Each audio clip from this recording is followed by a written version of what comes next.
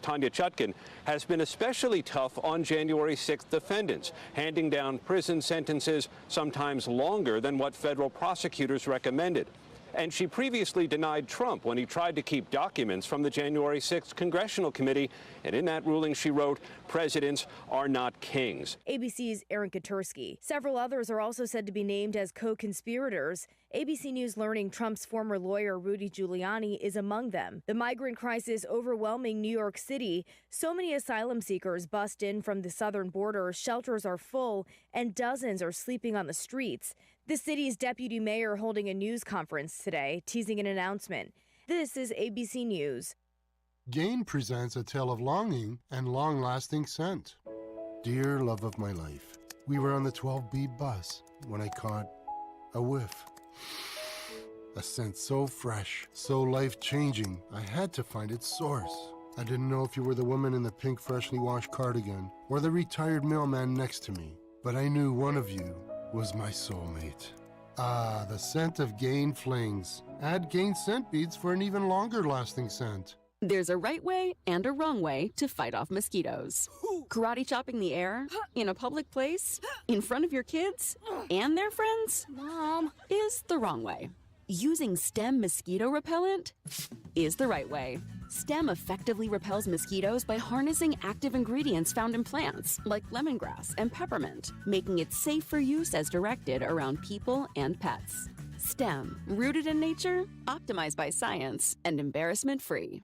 This is a special alert to all Americans who own a vehicle with less than 200,000 miles with an auto warranty about to expire or with no warranty coverage at all. Due to a decline in the economy, CarShield is announcing a low-cost month-to-month vehicle protection plan that is now available to the public to save any driver out-of-pocket expenses on future auto repairs. Call now to find out how you can pay almost nothing for covered auto repairs. Yes, you heard that correctly. Pay almost nothing for covered auto repairs. An open phone line has been established for all drivers to call for a free quick quote. Call 800-898-6155 now. Drivers who are covered will not have to pay for covered repairs again. This protection plan is at an all-time low. Additionally, drivers who activate this vehicle protection today will also receive free roadside assistance, free towing, and car rental options at no additional cost. Call us for your free quick quote today. 800-898-6155. That's 800-898-6155. What do you have to lose? Call 800-898-6155. Again, 800-898-6155.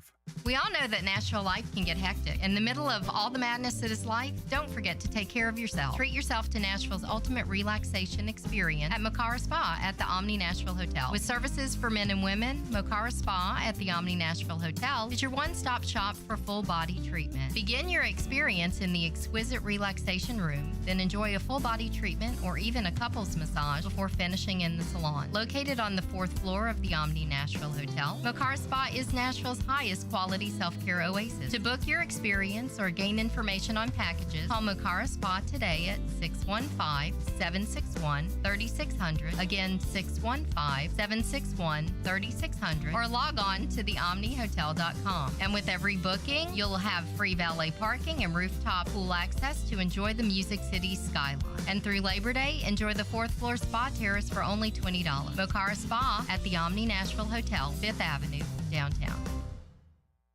Listen, you can't handle the truth. It's about to go off. Live from the WNSR Strike and Spare studios. Just a bit outside. It's the Mcfarland Show with Darren McFarland and Fox 17's Justin McFarland. Show me the money! Call or text now. We'd love to hear your thoughts. Call us or send us a text on the WNSR text line. 615-844-5600. 615-844-5600. Call or text. Same number. Alrighty then. Now, the McFarland Show with Darren and Justin.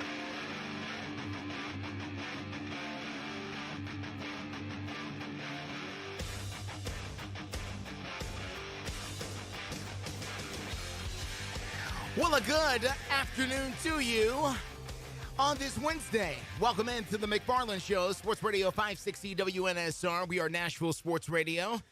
Good afternoon, everyone. This is the voice of Justin McFarland. Darren McFarland, my good friend and counterpart, has the week off. He is away. That's the best I'll say. I'm sure Darren will get into details about where he is and what he's doing when he gets back. But the best I can say right now is he's on vacay. He's away right now. But not to worry. Intern Alec is here with us, of course.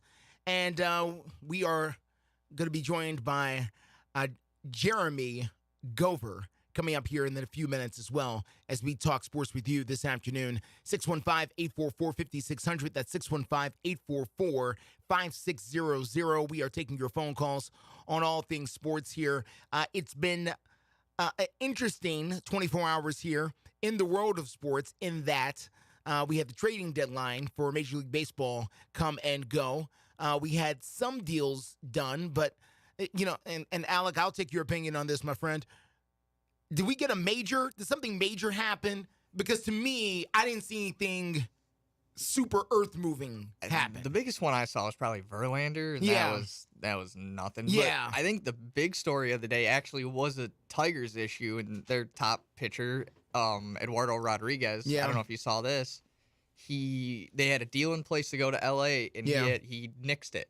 Yeah. He said, no, I don't want to go there, and they didn't trade him. So the deals, and listen, that happens every year. It's always the stuff that didn't happen, and there's a bunch of that going on. But it wasn't like a rumor that it just didn't happen. It was going to happen, and he said no. No, he was then like, nope, no, I'm we're done. not doing that. No, I'm not going out there. He didn't want to be on the West Coast. That was his reason. Okay. Well, okay. So he decided to stay in the AL Central instead of go to a who among contender. us would not choose Detroit over Los Angeles? I mean, I would choose Detroit, but that's just me. I mean, of course, obviously, we would all make that decision.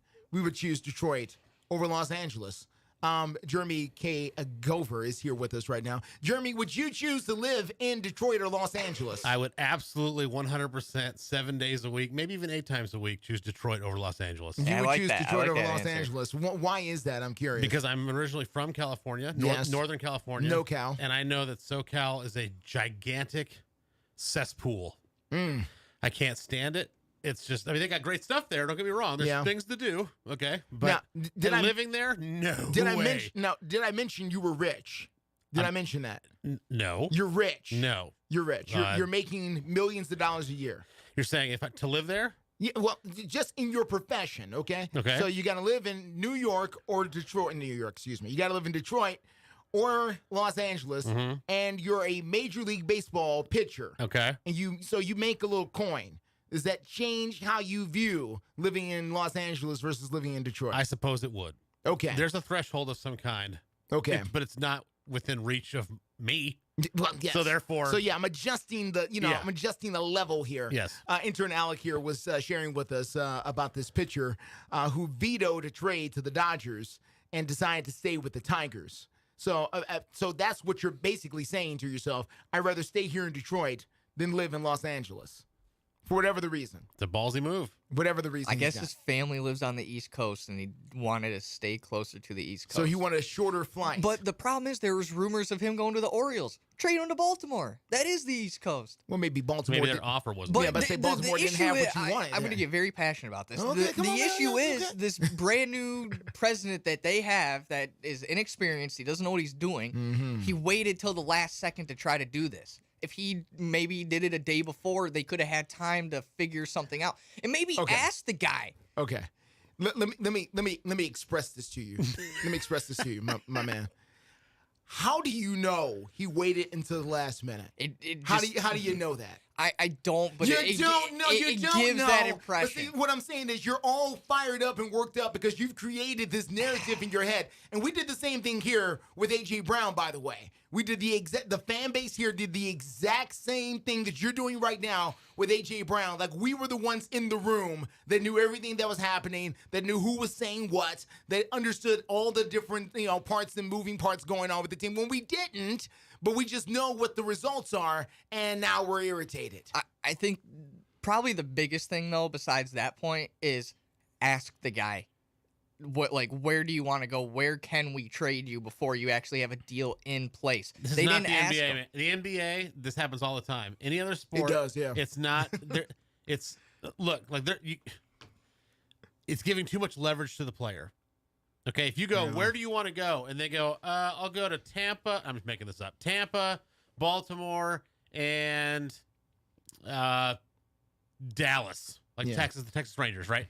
And well, they may not have a good offer for you at all, but now you have to work in those parameters because anything else you've set up for a deal you might take is now off the table. Well, and by the way, those other teams know that too. Yes. And that's so right. now they're saying, so well, you either deal with us or nobody. That's right. It's too much leverage. The thing is with Rodriguez, though, is he had a no trade clause to certain teams, and the Dodgers were on that list.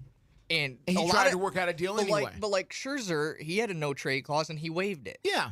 So you got to ask, like, hey, will you waive this if we decide to get a deal? It doesn't seem like they did that. There is a way to do that, yes. Yeah. But I will say this reminds me a lot of what I selfishly really hope.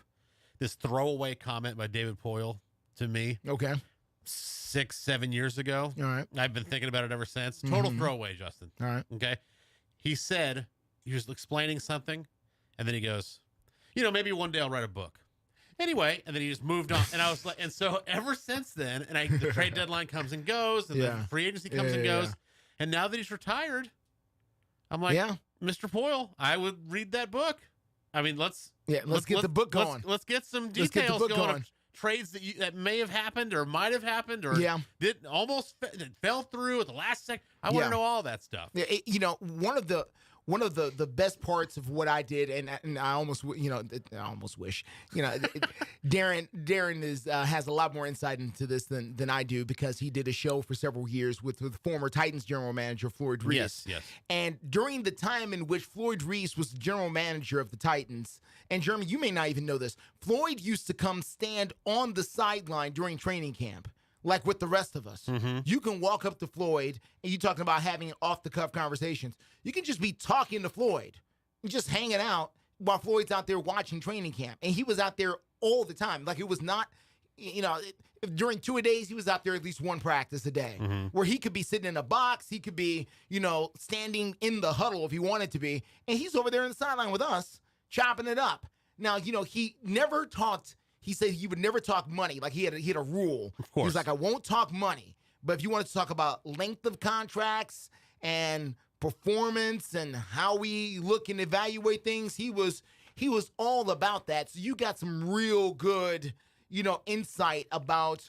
And you can almost see the expression on his face at times when a guy would make a play or not make a play, and you just go, no, that's not going to work. He fumbled the kickoff, I don't think he's going to make it. So just looking at Floyd, you always wore those big sunglasses, and he had a straw hat sometimes. Anyway, but these are very powerful people when it comes to the movement of the league. If you think about it, there's only 32 of these guys in the entire league. And each team gets one, and they get to determine the way all these players move. And all of a sudden, if they look at a guy and determine, I don't know.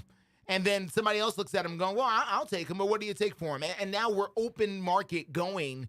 But the problem is we're not in the room, and I'm sure you've experienced. I know David Poyle's made moves where you can come on, man. Oh, like, yeah. What is that? Yes. What are we doing here? Cody Franson and Mike Santorelli. That's a great example. But see, have you ever made a judgment about a move, then later found out details about the move, and it made more sense to you later? No. Not. But okay. There's an asterisk to this. Yes. No, except for I've tried to recalibrate the fan base through writing and through on the air. I've done that where they're like, "This is a great idea," or "This is a terrible idea." I'm like, "No, But here's what you're really looking at. Yeah. The other asterisk, and probably the more important one, is the Predators traditionally play everything very close to the vest. Everything. So Poyle, if they're, if something would leak, or like a trade, oh hey, so and so is talking to the Predators you can pretty much bet, unless David Poyle himself wanted it out there, they got it from somebody else. They got it from the other team. Maybe they're talking to, or maybe a third party. It's like, well, So the only time that.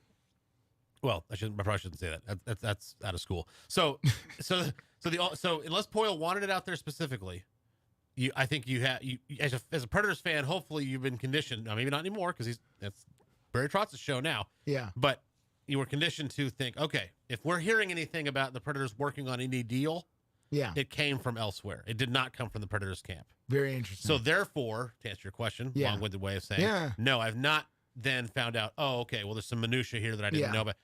There's not been a situation like that because there's not a whole lot of divulgence of information. Okay. And plus, they didn't make a lot. David Poyle, during his tenure, didn't make a whole lot of really big or controversial kind of, like, everything that he did was pretty much, like, on the table. It wasn't a whole lot of, big head scratchers, like, involving big players is what I mean. Unless it's an opinion of yours. Yeah. Yours in general. No, I got you. Right, like Subban and Weber. Yeah. That one came out of nowhere. Yeah. And it was you could argue. Yeah. He's the captain. He's been here homegrown. How could you do that? Yeah. Right. Okay. But then you get retrospect. You go, oh, well, Subban was one of the best players in the playoffs. Good player. Like a final. So you go, okay. And then, of course, Montreal had their time to shine with Weber. He took them to the final. Yeah. So everyone won in that scenario. But my point, though, of saying is that's the only one. There were several that were kind of out of left field, but that was the only one that was like, what? Like it was like there was just no, like, what? It was out of it seemingly was out of nowhere. What is happening? Yeah, it was crazy. 615-844-5600, 615-844-5600, as we broadcast live from the Strike and Spare family studios of WNSR. We are coming on the air directly following another win by your Atlanta Braves. A big one. A big one, yes. They really jumped all over the I still want to call them Anaheim, and I know they're not. Yeah. Because they were Los Angeles before they were Anaheim, That's right. and now they've gone back to their original name, so I'm still readjusting. They did the Raiders thing, where they went from the Oakland Raiders to the Los Angeles Raiders, back to the Oakland Raiders. Now I'm the Las Vegas Raiders. Like, man, y'all are. But they had a big win over the Angels out there this afternoon. So congratulations to them. The Braves will have a day off tomorrow, and then we'll open up against my Chicago Cubs in a big series taking place Friday at Wrigley Field with the classic 1:20 start time there. It's not 1:20? Oh, no, it is. I just don't like that the Cubs do that. Okay, I'm about to say, why are you shaking your head? The producer is sending you signals that you don't need to see. I'm going to say, he's shaking his head like... That's a commentary, it's not 120. Direction. No, it is 120. No, okay. it's 120. I don't like it's that. Just, I don't like that you. tradition. The 120 120 thing on a irks Friday. You? Out of all the things, 1:20 p.m. It's also I don't like the Cubs, so that's you don't like the Cubs. Reason. Yeah. Okay, well, you're a Tigers fan. What the Cubs do to you? I just don't like the city of Chicago, sports in general. Oh, just all of them. Oh, so it's that thing. Yeah, well, the Cubs. Yeah, you're not even. Yeah, okay, I got you. It's not a Chicago big guy, you know. It's not even bad. Okay. No, he knows. He knows. Okay, but right, we haven't really gotten into it like that. It's fine. Well, see, I'm glad he's not a Bears fan. That would irk me more. I grew up a Bears fan. The Bears. My formative years, my father still is a huge Bears fan, but I've kind of come out of that particular tradition. But that I will say, my football foundation are the Bears. The Chicago Bears. Yeah. I can't front. Was it the Jim McMahon and Walter Payton Bears? You know what? No, it was just after. Refrigerator Perry? Oh, okay. I was just after them. So okay. They were the tail end of those guys. Got it. Mike Ditka was still the coach. Yeah. Jim Harbaugh. But it was he was their quarterback. He was their quarterback, but it was really more Eric Kramer and who was also the quarterback in Detroit. Kramer, I know you do. Eric Kramer, Neil Anderson, who was the running back after Walter Payton had retired at that point and moved on. And it's a bunch of guys that at the end of Mike Singletary, the end of those '85 Bears, Understood. the end of Richard Dent. Who was their the guy coached at Pitt? What was that guy's name? In the late 90s. No, you're talking about the Wanstead, Dave Wanstead. Yeah, because he coached at Pitt later in his career. He did coach at Pitt later in his career, but he came from the Dallas Cowboys. He was the defensive coordinator for the Dallas Cowboys for their back-to-back, Super Bowl wins. So when he came over with really high expectations. And he didn't do anything. He was aight. He coached for the Bears.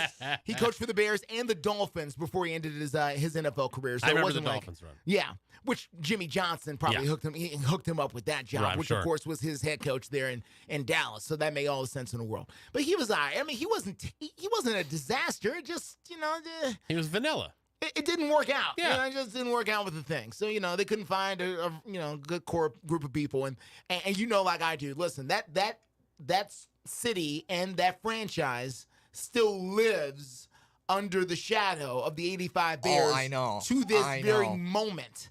Whether that's fair or not. Where I'm from in Michigan, because I live 2 hours from Detroit, 2 hours from Chicago. I'm right dead in the center. middle. And so there's a lot of Chicago influence where I live. Yeah. And we get, is it 670, whatever their sports station is? And everybody called, remember 85? Remember 85? Half the people oh calling about 85 at this point don't remember 85 themselves. I know. Well, now the new trend is, do you remember 2016? Do you remember 2016? Go Cubbies. Yeah.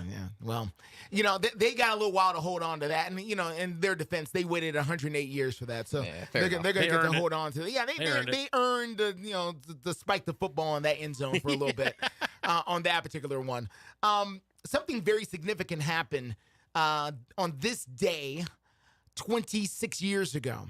On this day, 26 years ago, something very significant happened in Tennessee sports history. Should I give it to you now or should I wait till after the break? I think that's called the tease, sir. Is that the tease? All right, let's wait then. Let's take a break a little bit early here, intern Alec.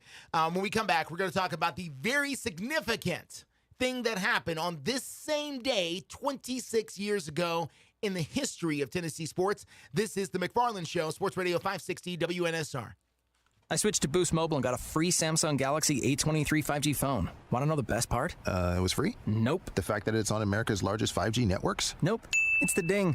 Oh yeah, love the ding. Right? It's all about the ding. It's the dingarooski, the dingaroner, the ring-a-ding-ding. Unleash your power to save with Boost. Get a free Samsung Galaxy A23 5G phone when you switch. Boost Mobile. Unleash your power. And the ding. Limited time offer. New customers only. Available on select networks. 5G not available everywhere. One device per line. Tax excluded. Additional restrictions apply. See your local Boost Mobile store for details. Anywhere fans go to cheer on their team, there are behind-the-scenes MVPs, ensuring everything is game day ready. We see you, Joe, fixing seats so every fan can enjoy every game. And Allie, who keeps her stadium running smoothly from the moment the first game starts to the last play of the season. At Grainger, you're our MVPs, and we're always here for you with supplies and solutions for every industry and 24/7 customer support. Call, click Grainger.com, or just stop by. Grainger, for the ones who get it done. Have you ever met a single person in your life that enjoys paying taxes? No, no one does. If you can't sleep at night because you have a huge problem with the IRS, I've got some free advice for you. This service is strictly limited to individuals that owe the IRS $10,000 or more in back taxes. And if you qualify, we can guarantee that you won't be writing a big fat check to the IRS, or our services cost you nothing.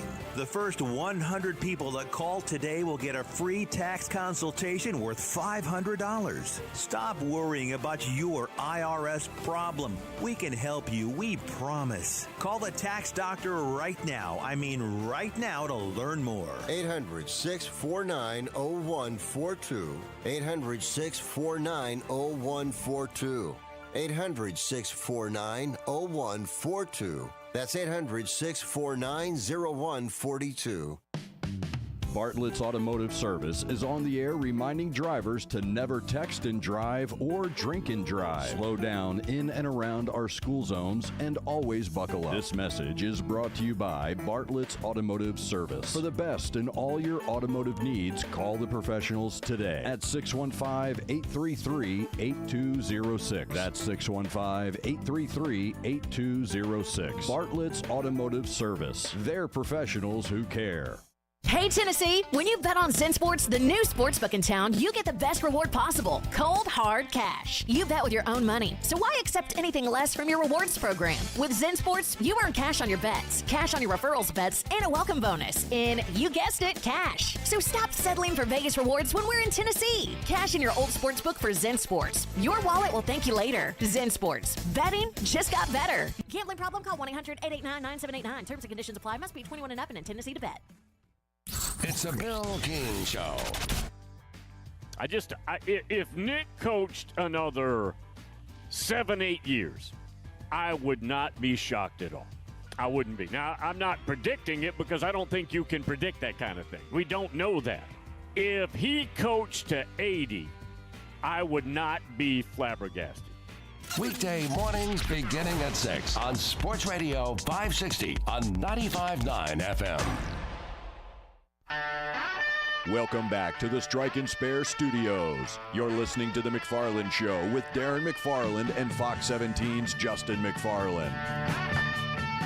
Sports Radio 560 WNSR. We are Nashville Sports Radio, and we are broadcasting live from the Strike and Spare Family Studios. I'm here with intern Alec and Jeremy K. Gover, who has covered the Nashville Predators for the last, going into season number 14 with the Predators here. So he knows quite a bit about all of that. And we've been talking sports with you coming up here, and you can give us a call, 615-844-5600. That's 615-844-5600. The Tennessee Titans tweeted something out a very short time ago that piqued my interest. And I've been searching the internet, and I have found it. All right. So on this day, 26 years ago, the team that we knew as the Tennessee Oilers played their very first preseason game as the Tennessee Oilers. They were the Houston Oilers. And then, obviously they made the move to first Memphis is the first place they went before coming here to Nashville and playing over at Vanderbilt for the year before moving into the new stadium. But on this day, the New Orleans Saints defeated the Tennessee Oilers 21-12 in a preseason game that happened on August the 2nd. Now, if you're saying to yourself, oh, man, it seems early to play. Well, you have to remember back then, the NFL, first of all, there were 4 preseason games, not 3 back then. And number 2, the NFL season started on Labor Day weekend, more times than not the week after Labor Day, which is what they've done now, which is where they've kind of conceded Labor Day to college football and have allowed, the NFL will come in the week after here, where back then it used to start pretty much on Labor Day weekend almost all the time. And so it makes sense that the schedule back then was much earlier than what it was. So on August the 2nd, which is today, the New Orleans Saints was able to beat the Tennessee Titans 21-12, and on Twitter or X or whatever we're calling it these days. Always Twitter, Justin. Always Twitter. Is that what we're doing? Always be Twitter. We're always Twitter here. Have we started a hashtag? I'm sure there's one started already. I'm sure there is. That always Twitter. Fine. That's fine. We've got there is a picture from that game that shows Steve McNair running through the center there and giving high fives to all of his teammates as he's being introduced for the very first time. One of the things that was interesting to me about this is when I found out, I think it was last year, that there were grown adult people who are living on this planet who thought that the Tennessee Oilers was something that someone made up, that they never existed, that it was just this wild rumor. And that was a really, I feel, old moment, because I remember the Tennessee Oilers vividly. I covered my very first NFL season in 1998 over at Vanderbilt with Darren and others. And so for somebody to say, well, that never happened. What are you talking about? There's no such thing as the Tennessee Oilers. Y'all making this up. I'm like, bruh. You need to, start to, look at the history a little bit. Yeah, things like that did happen, but it was significant because it made Nashville a professional sports town along with the Predators. As I heard someone say one time, and I think this is apropos, is that Nashville adopted the Oilers but gave birth to the Predators. I like that. And, obviously, because we acquired them in very different ways. Mm-hmm. So it is interesting to me, but I did not know about this particular day, that it's been 26 years ago since the Tennessee Oilers, or the Tennessee professional football team, played its very first game and very first down out there. It's just interesting. I can't believe people think that was made up. Yes. Because I was there, not for this game, but they played Jim Kelly and the Bills. Mm-hmm. Over in Memphis, and I went to that game as a fan, so I saw the Tennessee Oilers play. Yeah. And I've seen the Tennessee Titans play, of course. I've covered them. But, yeah, I've actually seen a Tennessee Oilers game. Yeah, I've been to several now. Yep. I went to Tennessee Oilers training camp. Nice. I've seen they were at Tennessee State that for one of the first years here in Nashville. So I find this day to be very interesting. Now, there is something I wanted to get to, which kind of connects the two. We just finished up playing or hearing the Atlanta Braves come away with a big victory. There continues to be rumors circulating about the possibility of a Major League Baseball team coming here to Nashville. Mm-hmm. We've talked about it at length here on this show. I have not heard your particular take on this, which is why I wanted to bring it up. Plus, other people always have questions about it. But I am listen. I think it'll be successful if there is a Major League Baseball team here in Nashville. I think it could be very successful. My question is, at what cost? Like, when do we get full? When is there too many teams here for a fan base to support? Now, I will admit this. I didn't know where 30,000 people a night were coming from for Nashville SC. Mm-hmm. I was like, they're building a 30,000 seat. Where are 30,000 people coming from for Nashville SC? Who are these people? And to be honest, I interviewed Darren on television about it. Darren didn't know. He was like, I don't know who these people are who are going to come watch this. And this being soccer, professional, MLS soccer here in Nashville. But lo and behold, they're over there all the time. It's extremely popular. It's extremely successful over there. Now, I'm still not, understanding fully who the fan base is, but, it's clearly their butts in seats over there, and a lot of them.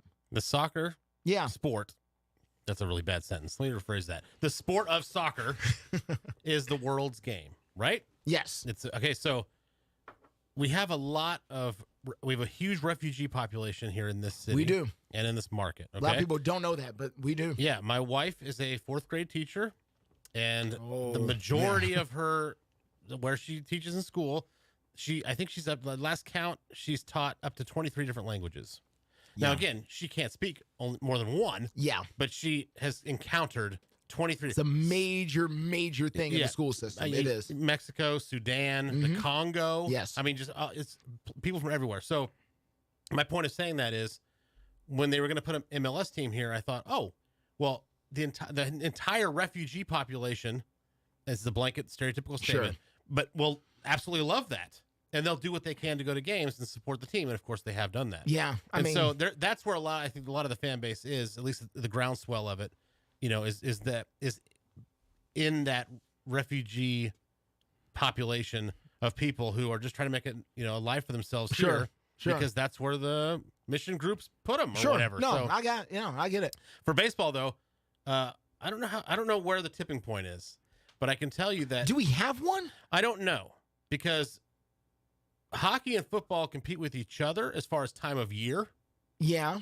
Baseball wouldn't necessarily, now it overlaps, but baseball wouldn't necessarily do that as far as the, let's say, sponsorship dollar. Yeah.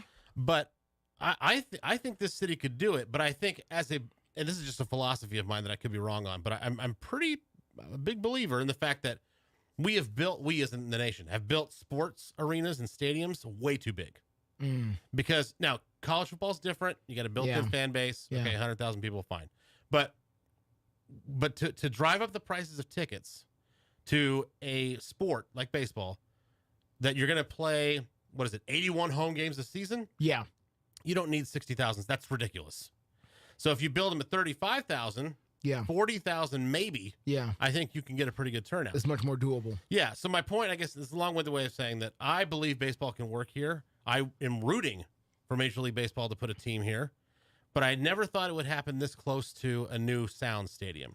Yeah, because that's the other wrinkle in this. Yes. Is that the city did invest significant money in getting that facility built and has already said, and I know we're having an election here tomorrow, but, has already said that, that no candidate I've heard has been interested in issuing public dollars for a brand new MLB stadium, which is part of the rub, because now whoever is going to do it is probably going to have to build the stadium themselves or find private investors, which I'm sure they can find. Mm-hmm.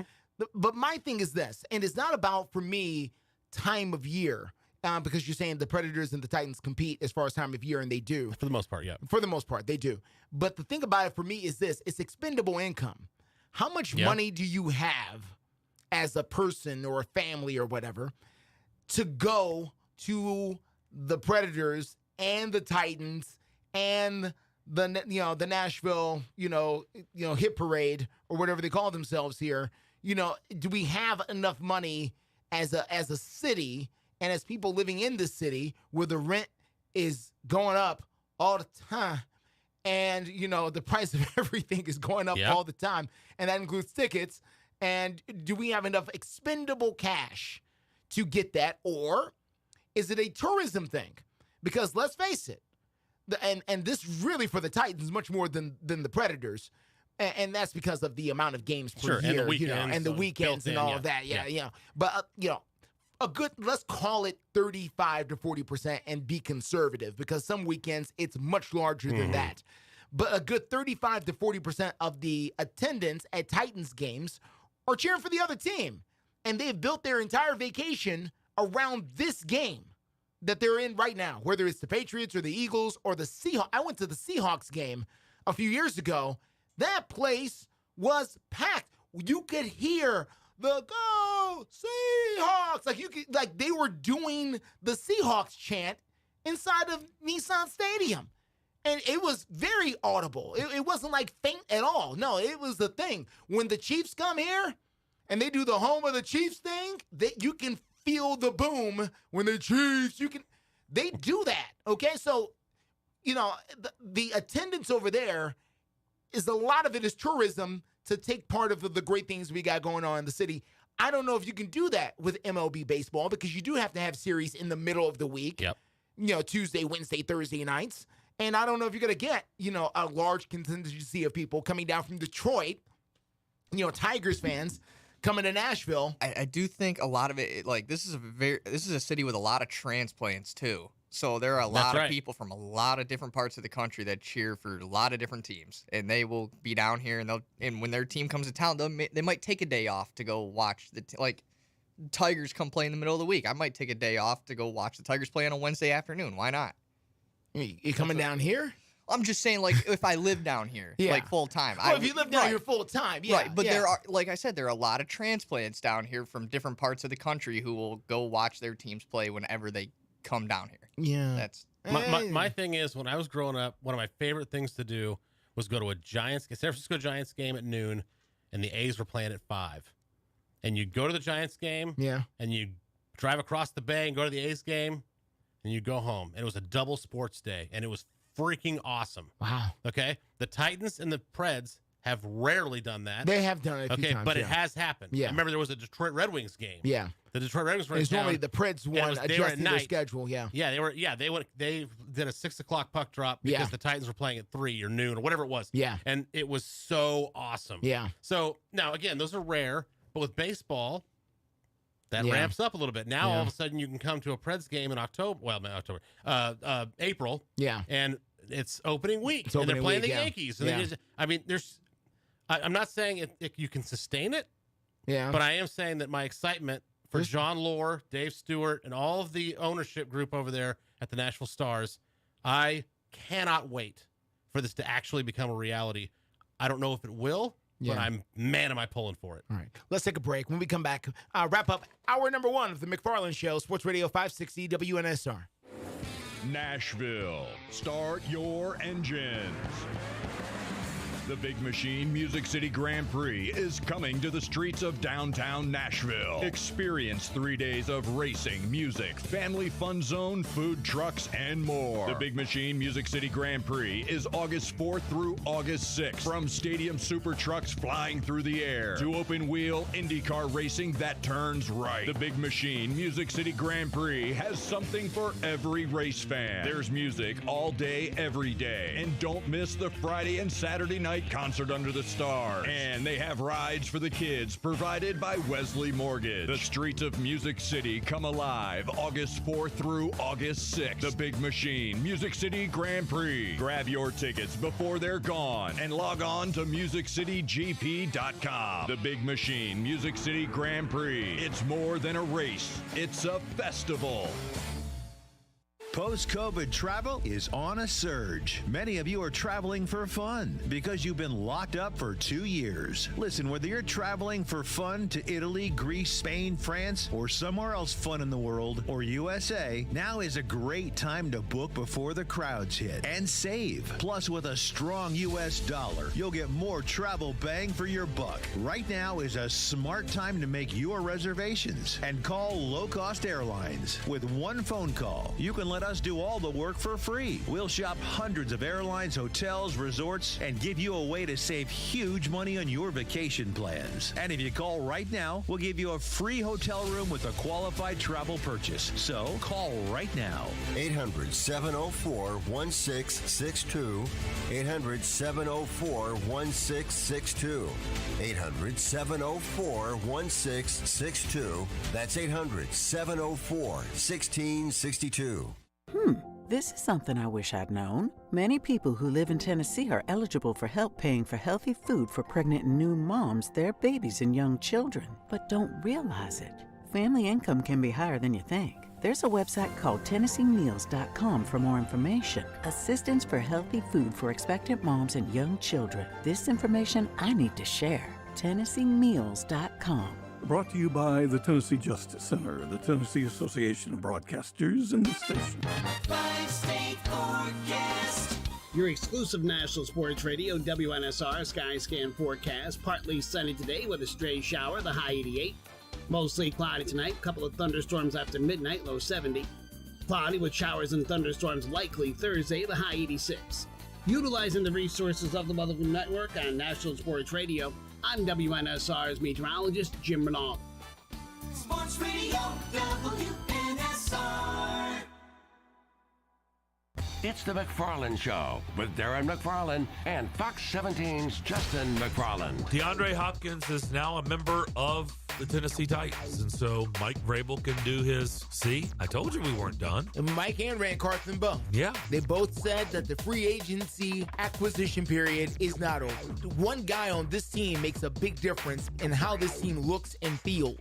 The McFarland Show with Darren and Justin on Nashville Sports Radio WNSR.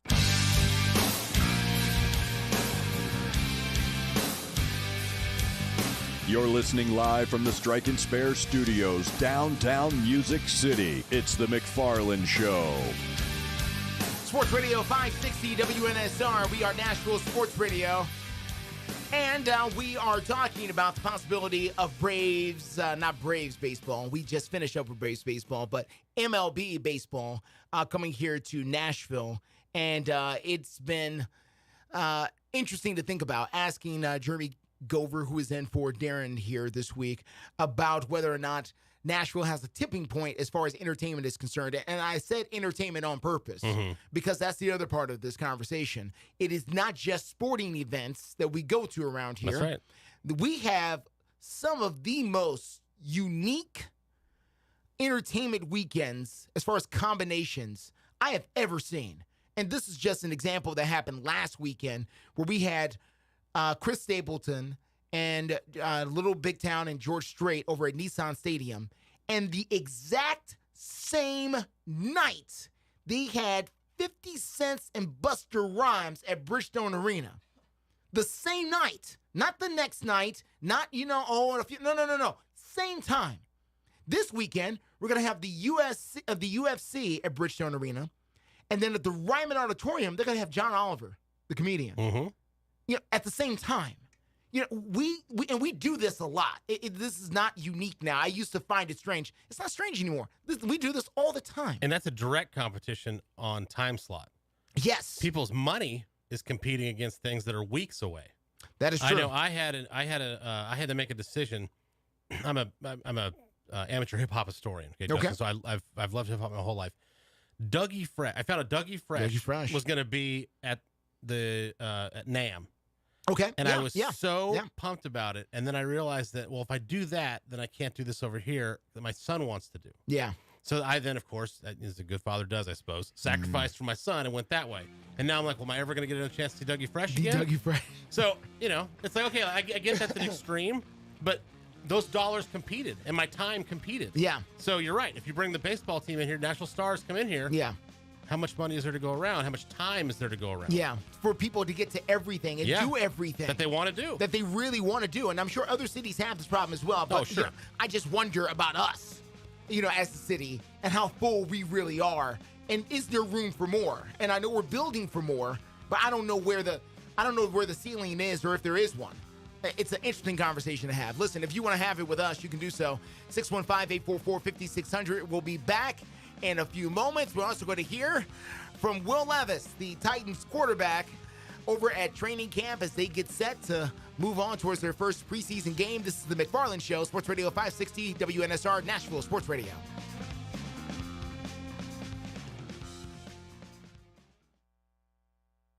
.560 AM, 95.9 FM, Brentwood, Nashville, 107.9 FM, Smyrna, Nashville's first 24-hour sports station. WNSR, Nashville Sports Radio. ABC News, I'm Rena Roy. Federal prosecutors speaking out after a jury unanimously recommended that convicted Pittsburgh synagogue shooter Robert Bowers receive the death penalty. U.S. Attorney Eric Olshan remembered the 11 worshipers gunned down nearly 5 years ago, saying the Tree of Life community is forever changed. Since October 27, 2018, nothing has been the same. Not for the families who lost beloved family members, and not for those who survived, but bear the scars, physical and emotional, every day of their lives. Former President Trump will be formally charged tomorrow in a third indictment. The special counsel's case alleges Trump and 6 unnamed co-conspirators conspired to overturn the 2020 election, even after Trump knew he lost. Treasury Secretary Janet Yellen says the downgrade for the U.S. credit rating by Fitch is based on outdated figures. This is ABC News. Have you Googled yourself lately? Are there negative posts from an ex-employee or from a former client? Maybe an outdated news article or sensitive personal information about your family? Search engines don't always get it right. For right or wrong, it's your reputation on the line. That's where Reputation Defender by Norton comes in. One of the most trusted names in online reputation repair. Reputation Defender has been fixing people's search results for over 15 years. Their cutting-edge approaches help you to wipe away unwanted information in your search results. They also promote the good stuff so that it rises to the top, helping you put your best foot forward. Your good name is too valuable to leave to the whims of a Google algorithm. Take control with Reputation Defender. You can start by getting your free reputation report card at reputationdefender.com or call 800-401-6681 to speak to an expert. That's 800-401-6681. WNSR, Nashville Sports Radio. When you want down-home cooking, just head downtown. Kitchen Notes at the Omni Nashville Hotel serves traditional Southern cooking, sourced fresh and local, just like Grandma used to make. Start your day with a Southern smoked breakfast bowl or a Music City omelet. If you're looking for variety, hit the biggest breakfast buffet in Music City or get your fill at the world-famous Biscuit Bar. Kitchen Notes dishes up lunch with traditional Southern tomato pie, country ham, and classic picnic ambrosia. Serving breakfast Monday through Thursday from 7 a.m. to 10:30, and lunch is served 11 a.m. to 2 p.m. And Kitchen Notes doesn't forget the brunch crowd. Brunch at Kitchen Notes is every Friday through Sunday from 7 a.m. to 2 p.m., featuring cast iron pancakes, made-to-order waffles and eggs, and ice-cold carafes of mimosas. Enjoy farm-to-table Southern dishes made from treasured family recipes. Kitchen Notes at the Omni Nashville Hotel, 5th Avenue, downtown. Listen, you can't handle the truth. It's about to go off. Live from the WNSR Strike and Spare studios. Just a bit outside. Now back to the McFarland Show with Darren McFarland and Fox 17's Justin McFarland. Show me the money! Call or text now. We'd love to hear your thoughts. Call us or send us a text on the WNSR text line. 615-844-5600. 615-844-5600. Call or text. Same number. Alrighty then. Now, the McFarland Show with Darren and Justin.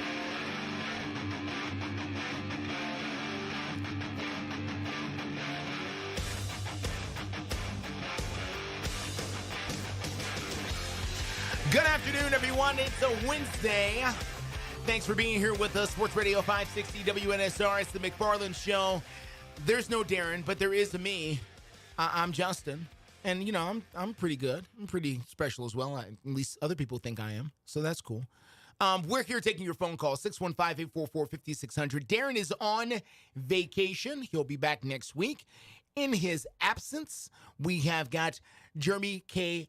Gover, who is here with us, longtime media member for the Associated Press Radio, as well as Nashville, the Nashville Predators, where he's done quite a bit of work and covered them for a number of seasons, especially back during their formative years. And really, I guess you got, thinking about the timeline with you 14 years ago, would have been around the time that the team almost moved and was, and didn't. But we almost lost the Predators, as we were just talking about bringing another team in here. We forget that we almost lost one of the teams that we had. We were at the Save the Team rally. Yeah. And I created the sign of "Get your damn hands off my team," the one that's now, I think it's in the Predators' possession now. That was you? Yeah, I created that. I did not know that. Yep, and it stood about second or third row, standing room only from the stage. And the oh man, that thing was everywhere for a while, man. I did not know. Okay. Yeah, Governor Bredeson's wife saw it on the stage and just motioned for it. I was like, okay, and it became a rallying cry. So, yes, it did. Yeah, that was me. I did not know it. Man, I'm sitting Nashville history in here. Okay. Oh, yeah. That is great. Now, listen. It became a thing. It did. Okay, it became a yes, it did. And it was a last minute thing. I actually went to a job interview that day, and I got back to my house that I was my room that I was renting, and my best friend was waiting on his girlfriend to leave. We're gonna go to the Save the Team rally. Yeah. And I go, I got about 10 minutes. Let me see if I can just knock something out real quick. And I just drew up that sign. So it was just a last minute thing, and it became a rallying cry for the team. So obviously I'm very proud of that moment, but I can't take a whole lot of credit because it was just like, well, I got 11 minutes. Let's see. I got some markers and I have some foam core. Let's see what we can do. There's a book somewhere that says you should not despise, the small beginnings of things. Yes, okay. Yes. So give yourself a little bit of credit. I honestly believe, Justin, I'm sitting here talking to you today because of that sign. Listen. So. Well, listen. If not for that sign, there may not be a team here for you to cover. Also, that's also true. I mean, because this team was gone to Hamilton, right? And Hamilton, Canada, Ontario, Canada. That's right. Which still doesn't have a team to this day, even though that's been more than a decade ago. Yes. But it's just very interesting to open up that little piece of the history there. Wow, I did not know that. That's very cool. All right. The NFL gets started tomorrow night. The New York Jets taking on the Cleveland Browns in the Hall of Fame game. I never thought I'd be this excited about a Jets and Browns game, by the way. Listen, that's what football drought does to you. This is what they should do, though. What's that? And I think they should, more leagues should employ this, okay? When there's so much excitement for the first live football game. Yeah. Okay, results mean nothing. No. But it's the first live football game. Yeah. Make it two teams nobody cares about. Don't make it the New York Giants and the LA Rams. Let's get some scrub teams in there. Scrub teams in here and just let them go. Because you're going to get the ratings out of the Giants and the Saints Rams and anyway, and the Niners. No, Dallas Saints and Cowboys. Cardinals, let them roll. Yeah, let the scrub teams go. Let the scrub teams get out there.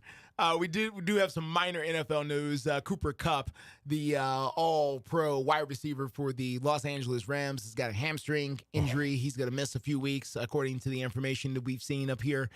Let me ask you this, though. Jump in. Is that a protective thing from the team to keep him? Because it's preseason, so who cares if he misses time?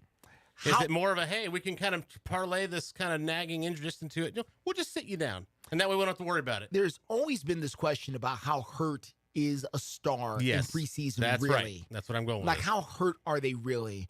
Or are they even hurt at all? Right. Sometimes. That's exactly my point. Why throw just taking Cooper a Kupp little out there on sabbatical the field in preseason when it doesn't matter? Take a little sabbatical. So instead of fielding questions and going through the whole media rigmarole, guess what?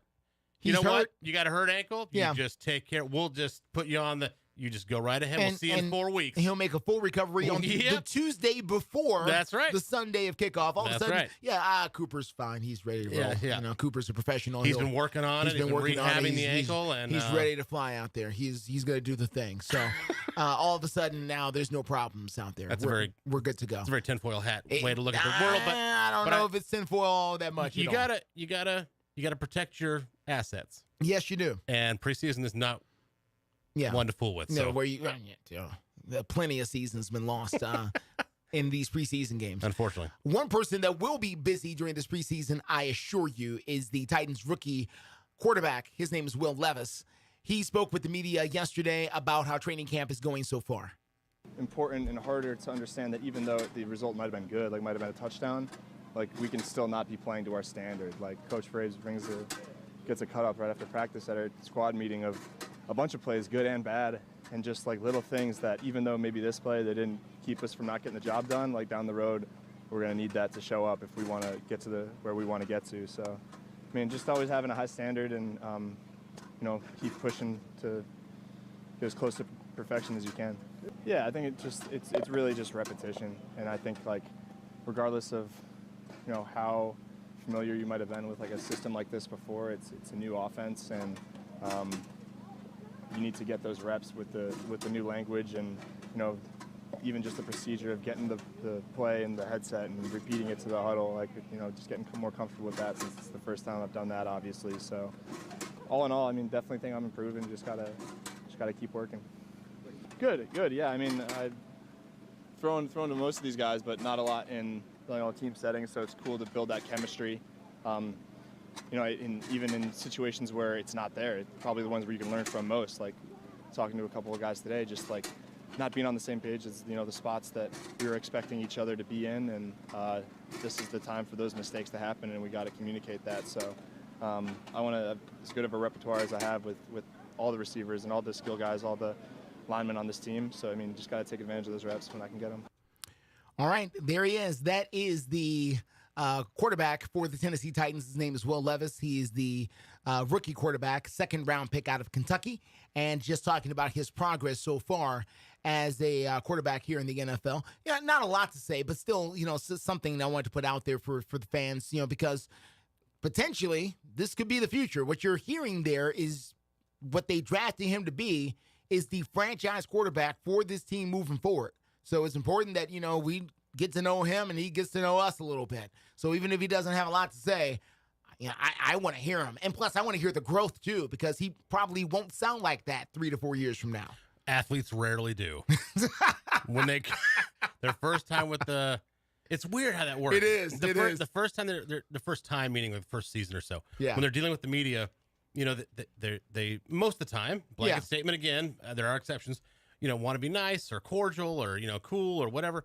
But then, but they don't want to say too much, whatever it may be. Or maybe they do say a whole lot. Yeah. And then they overcorrect by saying nothing for the rest of their careers. Yeah. Right? Or you get a guy like Shea Weber, former National Predators captain, who would love to talk about fantasy baseball with you when there's no camera or reporter. Yeah. And then the second you put a camera in his face, well, we had a good day, and we played well, and we're gonna try to get better.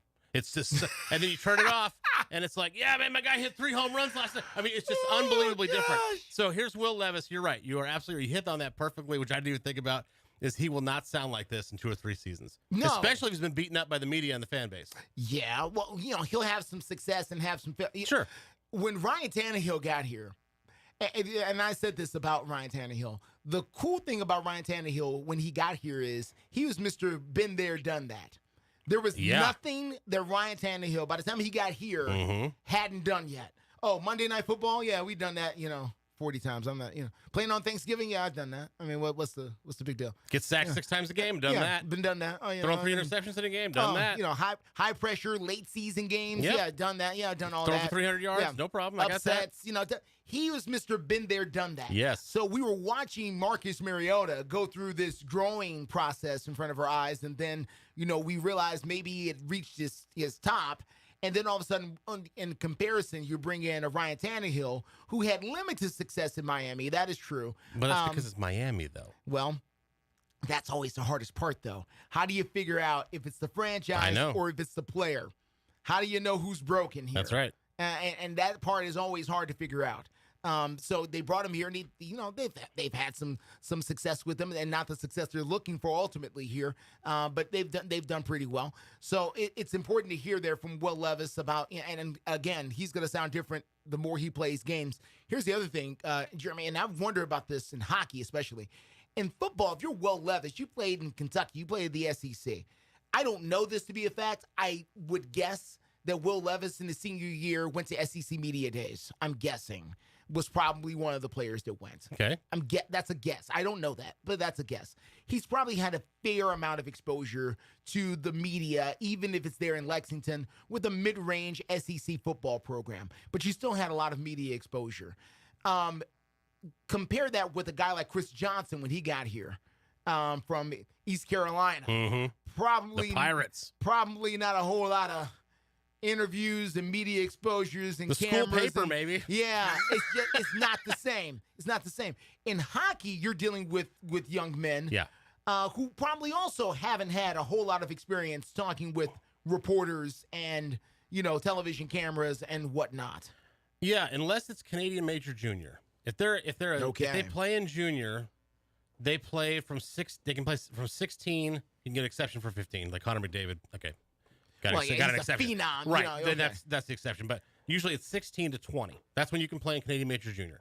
And if you are playing for Sault Ste. Marie, Oshawa, Windsor, teams like that that are very, very highly touted in that league on any given year, especially if there's a top 5 pick playing on your roster, you will be exposed to a lot of media on that. Yes, but I would argue that if you're playing for the Chicago Steel of the USHL, there's probably 2 people there to cover your game every night. Probably. Yeah. Yeah. And it's the team reporter. There may be 2 people coming yeah. to the actual game itself there. Yes. So there definitely is a discrepancy. Yeah, it's tough to get attention in that kind of a market there for that. But I think Levis, though, in particular, didn't he play a couple of years at Penn State? So he's at least look around, unless I'm reading the wrong bio. Look around and he's got, some Penn State experience. Now, he didn't, play a lot, but he did have that experience. Then he comes to Kentucky. He's the starter, right? But he's also got, his dad played football. His mom she's a ridiculously smart athlete at Yale. His grandpa went to Cornell. I mean, this guy's got quite a bit of smart pedigree behind him too. If he can put all that together with experience, never know. Never know. You might have something kind of special there going on there. So, but the problem is we got to wait though. It is the problem. Yeah, it's always the problem. It's not instant. You got to wait. The draft itself is a guessing game. Yeah. You set yourself up for success, but you're still guessing. You're years away. The difference between the NHL and even David Boyle said this. No, Barry Trotz said this. You're drafting young men in the NFL. You're still drafting 17, 18-year-olds. Boys. Yes. The people we saw on stage. Absolutely. These were boys. Yes. Essentially. Yes. So, it's very different in that regard. You seen Philip Forsberg's draft picture? No. I should look that up. Hilarious. Really? Because it looks like him because it's him. Yeah. But he's a shadow of looks like he's going to prom. Yeah. Yeah. No, but I'm serious. Well, a lot of the young men who were drafted, listen, God bless each and every one of them. Course. I'm not saying anything bad. But, listen, they're teenagers. Yeah. They're teenagers. And how much gamble is that, too? Think of the stupid crap that you did at 18, 22, maybe even 25, right? I mean, it's just, for me, it's a mountain of mistakes. Now, thankfully, thank God, nothing like crazy stupid, criminal mistakes. But dumb mistakes like spending too much money, getting a credit card too early and not knowing how to pay it off. I mean, things like that, like just dumb things. Hanging out with maybe the wrong crowd. Yeah. Or if you're an athlete and you're on campus. Yeah. Well, that's going to go to your head. Yeah. Unless you're truly grounded and humbled. So there's a lot of things that can go wrong in that 18 to 25 years range and later, but just in particular, and hockey in particular, are drafting 17, 18, 19-year-olds. Yeah. And so you got to predict and hope that they're not going to get in trouble or get on the wrong path. Yeah. Whereas the NFL, Levis is 24. Yeah. So he's still young, obviously. Can make a ton of mistakes. Never had this much money before, that's for sure. No. But he is a little bit more mature. Yeah, well, you would hope he's a little bit more. Well, that's mature. true. Oh, that's true. And I said this during the whole John Morant debate about how young, great example, John Morant is compared to Hendon Hooker. Yes, Hendon Hooker is, which is crazy to think about. It is crazy to think about that. But Hendon Hooker is not just a little older, but 3 to 4 years older, I believe, than John Morant. I think John Morant's like 23 and Hendon Hooker's 26. He is 23. He's 23 and Hendon Hooker's 26. 25, I think. Is he 25? Yeah. I thought Hendon Hooker was older than that, but okay, 25. But still, when you look at the length of time they've been on the main stage, John Morant has been a NBA superstar for several years now, and Hendon Hooker is a third-round pick, for the Lions, and we hope he does well and all of that. But I'm just saying, like the amount of time they've been on the national stage and their ages, you would think John Morant is 30 by now, and he's not even close. John Morant has 2 Funko Pops, whereas Hendon Hooker obviously has just got drafted. But he's 2 years older. Yeah. So that tells you the level of pressure. Yeah. Maybe on John Morant's shoulders. Yeah. To carry that franchise into stardom. Yeah, a $200 million contract and all the rest of it, and you're barely okay. Tony, hold on, my friend. We're going to get to you after the break. We're going to take that break right now. Sports Radio 560 WNSR. This is Nashville Sports Radio. Do you hear that? Asthma triggers are everywhere, from dust mites, pet dander, and pollen, to smog and smoke. An asthma attack can strike anywhere, anytime. Be prepared with quick-acting Primatene Mist. Clinically proven to open airways quickly. It's the #1 FDA-approved asthma inhaler available over the counter. Primatene Mist. Breathe easy again. Use as directed. Sponsored by Armstrong Pharmaceutical. Hello, class. I'm from the Tennessee Lottery and your professor for the next 30 seconds. So where do proceeds from playing the Tennessee Lottery go? If you answered education, you're at the top of your class. The Tennessee Lottery has raised more than $7 billion for education programs like Hope Scholarships, Tennessee Promise, and much more. Now for some easy homework, go to tnlottery.com and see how the Tennessee Lottery helps students. In honor of the dog days of summer, I've asked my best friend to tell you a little bit about the new August Instant Games from the Tennessee Lottery. Take it away, Buster. Wow, Buster says there are 4 new games to choose from. And you can win up to $1 million.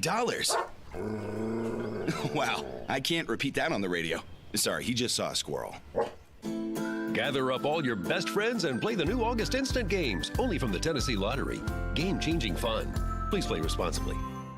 I've got a unique vacation idea for you that's right here in the United States. If you're ready for a vacation that's fun and downright affordable, listen up. It's driving distance for many of you, so no planes, no airline delays, no hassles. It's Branson, Missouri, the entertainment capital of the Midwest. Live music for everyone. Branson has 3 beautiful, enormous lakes, water attractions, live shows, great food, and tons of entertainment. It's a perfect vacation for you and your family, or if you're retired and you want to have a great time. And you can stay in Branson for as low as $99 a night. Please understand, this is not a timeshare offer. It's a real vacation for as little as $99 a night. We've got a free vacation guide we want to send you right now. All you have to do is call for complete details. Get your free Branson, Missouri guide right now by calling this number. 800-413-3953. 800-413-3953. 800-413-3953. That's 800-413-3953.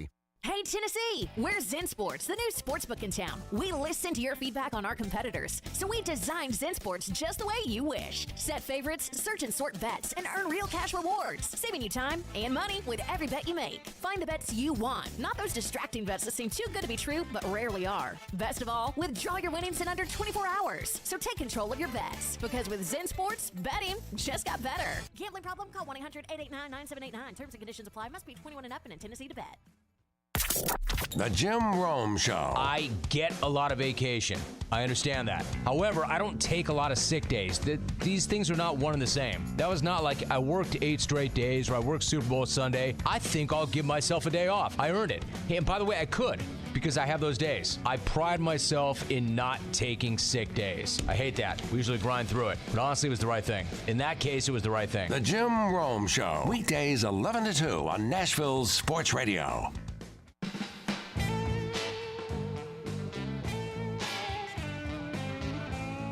The Mcfarland Show. Video streaming live on Twitter, Facebook, and YouTube from the Strike and Spare studio. Sports Radio 560 WNSR. We are Nashville Sports Radio. We are always, of course, taking your information and your phone calls at 615-844-5600. That's 615-844-5600.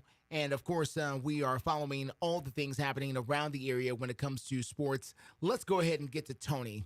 Tony is on the line from Nolensville. Good afternoon, sir. Good afternoon, gentlemen. You know, I was sitting here listening to the show, watching it on YouTube, and just enjoying the evening. And then all of a sudden, that little young whippersnapper over there. Uh-oh. He had to pop off about Chicago and the Cubs. Now, I'm a native Nashvilleian, but I've been watching the Cubs a long time. My 2 favorite teams was the Cubs and the Reds. I liked them both. I love the Big Red Machine, but prior to all of them in the 70s, I go back to, for whatever reasons, I love watching Ron Santo, Billy Williams, Ernie Banks, and all those guys. Mm-hmm. Ernie Banks. And that was back in the day. And then when WGN come on cable, yes, sir, and you can watch Cubs every day, I really just obviously fell in love with them and been up there 2 or 3 times now and just absolutely love it. But I had to tell Mr. Alex that this is going to break his heart. Oh, boy. But my father knew back in the day the GM or associate GM with the Tigers. And he and 2 of my brothers went up and watched the Tigers play one day into Detroit. And they were given the general manager, or like say whoever it was, my dad knew, went around and got a autographed ball. And my brother has this 1968 Detroit Tigers autographed ball. And we all know who the last 30-game winner was ever in the Major League Baseball. Denny McClain. Denny McClain, that was a question on Jeopardy last night, by the way. Wow. Oh, is that right? Yeah, it's really crazy. You just brought that up, yeah. And Mickey Lolich won the World Series when they went against the Cardinals in 1968. He was the MVP. And but all these names that are on this ball is just the K-line, Gates Brown, Willie Horton, Pat Dobson even was on that team back then. Bill Freehand. I mean, the list is just unbelievable. But that is something I wanted to tell the young man over there, Mr. Alec. But I heard this today. I didn't know this. Heard this today. The longest drought right now. What 2 teams have the longest drought of making the playoffs or have not made the playoffs in Major League Baseball right now is the LA Angels and the Detroit Tigers. Both of them have not made the playoffs in 8 years. I thought that was rather interesting. I did not know that. And that's the longest in Major League Baseball? That's the longest current. I mean, that's not the longest ever. No, sure, but I'm saying, but 2014 there's a ton is of last franchises. time we made it. 2014 is the last time the Tigers made it, so that sounds about right. But every other team in baseball has the Marlins and the Rays but the Mariners had the longest. If you remember, they didn't make it from like 99 until last year. No, that's true. Right. Well, that's what I'm saying. There's been longer droughts. I'm just saying currently. Yeah, that sounds about right. That makes sense. Yeah. That's interesting. So, but they've expanded the playoffs so much now, and in yeah. baseball, it's a lot easier for a team to get to the postseason than it used to be. I don't doubt you, Tony, but you got to. I will validate him. I just looked it up. He's correct. Okay, he is right. He's right. Well, you got to remember the 2020 season. But they expanded I did hear that today. And Justin. Yes, sir. I remember a young man that he's not there today. All right. Gentleman, that is one of those I'm a believer guys. His name's Darren Mcfarland. He was telling us, remember I called in a couple of weeks ago talking about I was hoping we were some buyers and not sellers. Yeah. Well, right now, I think we're making enough noise that I think a lot of people are paying attention to us. And, if they can get 1 or 2 more from the Reds, they play them tonight, play them tomorrow night. They need to get at least another one to go split in this series. And then with the Braves coming in this weekend, if they can get 4 games out of the next, I'm going to say the next 5 or 6 games, I think right now they're in the middle of it. Well, they're in a position to make a move. They're in a position to make a move here. It would be helpful if they could have saved some of the runs from last night and applied them to tonight, but that's not the way baseball works. That was something. And scored did 20 y'all last happen to night. see it? And they even brought in, they quit going to their bullpen last night. They brought in a position player to finish out the game the last 2 innings in pitching. Those are always kind of cool. I always find that interesting. Yeah, that was something. But those are just a couple little things I wanted to talk to you about. And the last thing, I'm going to leave you on this, though. Yes, sir. Y'all were talking about with the Titans here when they came here, Justin. Yes, sir.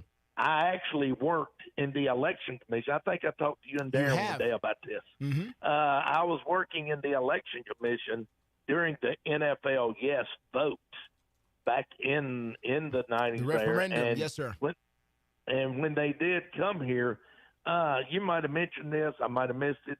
But, before they played at Vanderbilt, they played in Memphis. Yes, sir. 1 year in Memphis, 1 year at Vandy. Right, and the people in Memphis boycotted them because they wanted a team so bad they would not go to the games there. It was really, that had to be a hard stretch on all those guys to go through that 2 or 3 years. And that's why 99 was so special with what we had. All right, guys, I've taken enough of your time. Appreciate it. And just good show as always. But I just wanted to talk a little bit with Alex and y'all about some of that stuff and, some great memories right there.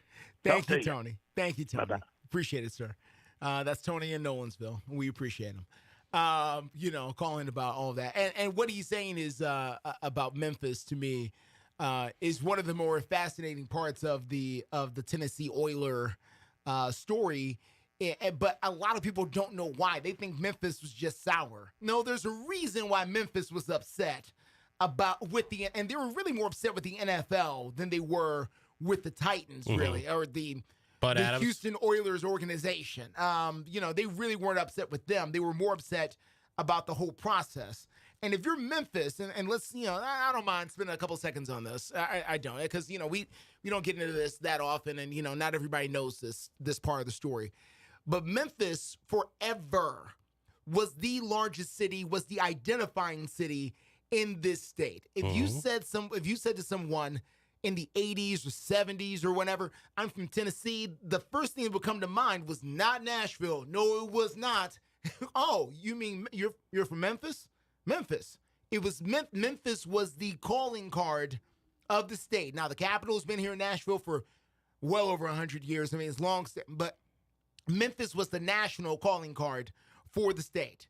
And they have been trying to get an NFL team forever. And for those who remember, the Jacksonville Jaguars and the Carolina Panthers, they were expansion teams. What you may not realize is the other finalists that did not get the expansion teams, Memphis was one of the cities. They made the final 5 or 6. It was Memphis, St. Louis, Baltimore, Charlotte, North Carolina, Jacksonville, Florida, and I'm blank. I feel like there was one more. Maybe it was just those 5. I feel like there was one more back there that I'm missing. Anyway, they had been playing preseason games in Memphis for a while. The New Orleans Saints had come up and played preseason games in Memphis for years. They had great showings. They had good conversations with the NFL. And then the announcement was made, and it was Jacksonville and it was Charlotte. And Memphis thought, well, if Jacksonville and Charlotte are getting teams, we're never going to be able to get a team here because they're never going to put another team in the Southeast like this.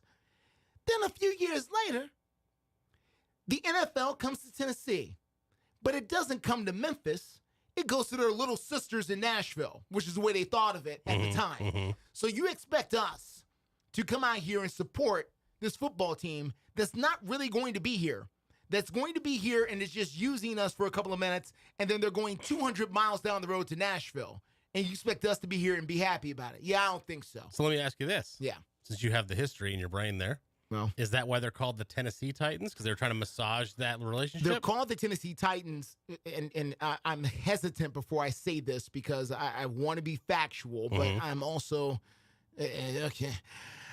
I believe strongly, and it would take Jim Wyatt or somebody to really confirm this, but I'm almost positive the reason they're called the Tennessee Titans and not the Nashville Titans is so they can get state funding for the stadium. Oh, that makes sense. So if you call them the Tennessee Titans, then you can make a better argument on the floor of the House and the Senate about why we need to invest in the money for the stadium versus calling them the Nashville Titans, which, by the way, I think a similar thing happened to another NFL franchise. You remember the Phoenix Cardinals? I do. Why did they change to the Arizona Cardinals? I'm going to guess because the same reason you just said. They had to get funding for Scottsdale or Glendale, whatever they're Glendale. Yeah, well, it's not in Phoenix, right? So, there's some things that happen there. The Florida Panthers is another one. So what? Why do some teams go with a state name versus other teams with a city name? I think the politics come into play. Just a little bit there when it comes to the funding. And it's never Rhode Island where it's like, oh, no, they can truly be representative of the area because it's the size of a TGI Fridays. Yeah. Instead, shout out to Mike Birbiglia for that joke. But instead it's like Tennessee, this really long state. Florida, this gigantic state. Yeah. The California Angels back in the day. California Angels. A huge state. Yeah. You can drive 12 hours and not leave the state. In the NHL. The Carolina Panthers. Yeah. The Carolina Panthers. I knew you meant. The Carolina Hurricanes. The Carolina Hurricanes, yep. Carolina Hurricanes. For a long time, just as a casual hockey fan, I didn't know where they were. I was like, where do they play their games? Are they in Charlotte? Are they in South Carolina? Like, where are they? Oh, they're in Raleigh. But not really. Oh, but not really. Right. That part of it, was always kind of threw me off. I was like, well, they're going to play, Carolina. I was like, where? Well, in Carolina. Okay.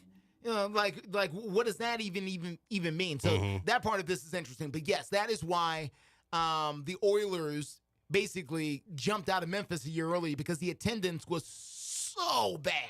It was 11,000 people in the Liberty Bowl watching NFL football. As I mentioned earlier, I was one of those people for one game against the Buffalo Sabres, against the Buffalo Bills. But, they sold out one game, and that was the Steelers game. And that's because everybody came to cheer for the Steelers. That's right. But all the other games were horrific. Steeler Nation travels. Yeah, Steeler Nation, yeah. Everybody else was absolutely horrific. And so then they decided to come to Nashville a year early and play over in Vanderbilt Stadium for a year because the stadium still wasn't ready. And the stadium only passed 60-40, by the way. It wasn't like some overwhelming thing. It was, 4 out of every 10 people who lived here were like, nah, we don't want this. It's not exactly a nice stadium. Well... At the time, listen, was it designed to be a nice stadium? No. It was designed to get the team here. Yeah. And it did. Yeah.